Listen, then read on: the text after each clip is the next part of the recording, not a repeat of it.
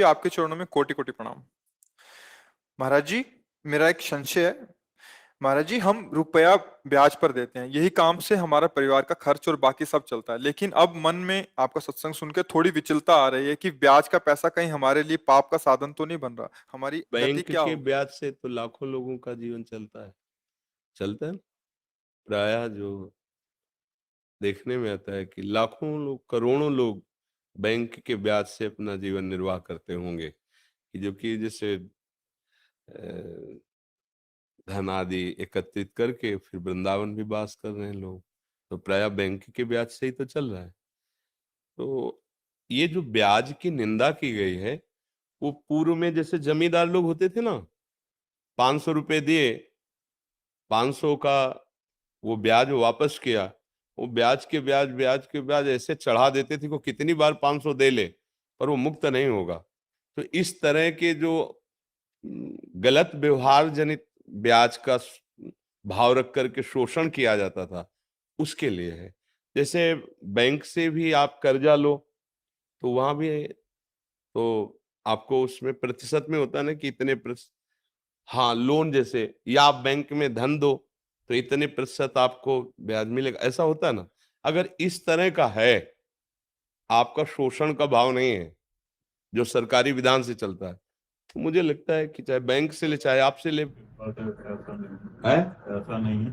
लेकिन कई लोग ऐसा करते हैं, उनको देखकर मेरे मन में ऐसा भाव आ गया कि कहीं मैं ना पाप में जाता। नहीं, हमारा जो उद्देश्य था कहने का, वो हमने गांव में देखा है कि ज्यादा बड़ी रकम तो किसान गरीब आदमी ले ही नहीं सकता। 2000 4000, अभी की बात नहीं पहले की कह रहा हूँ, 2000 4000, तो उस समय जैसे था कि वो 100 रुपए में 10 रुपए ब्याज लगाते थे, क्योंकि महीने में 100 रुपए में 10 रुपए।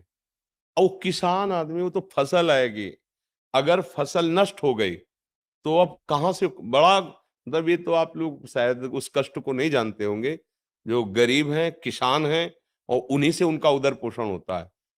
अब वो कुछ पैसे ब्याज के दिए पर पूरे तो दे नहीं पा रहे, तो कितनी बार वो 500 रुपये पहुंचा दिए, 1000 रुपये पहुंचा दिए, थोड़ा थोड़ा करके, लेकिन वो ब्याजे नहीं, मूल तो ऐसे ही जमा है।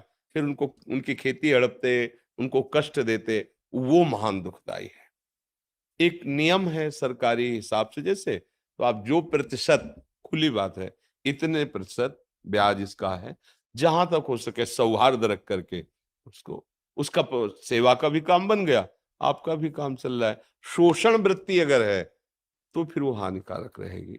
शोषण वृत्ति अब जैसे किसी ने लिया था और दूसरे दिन उसका काम हुआ नहीं और उसी को वापस करने गए, तो उसने पूरा हिसाब लगा के कहा चाहे आज दो चाहे 1 महीने बाद दो, ब्याज तो तुम्हें पड़ेगा ही।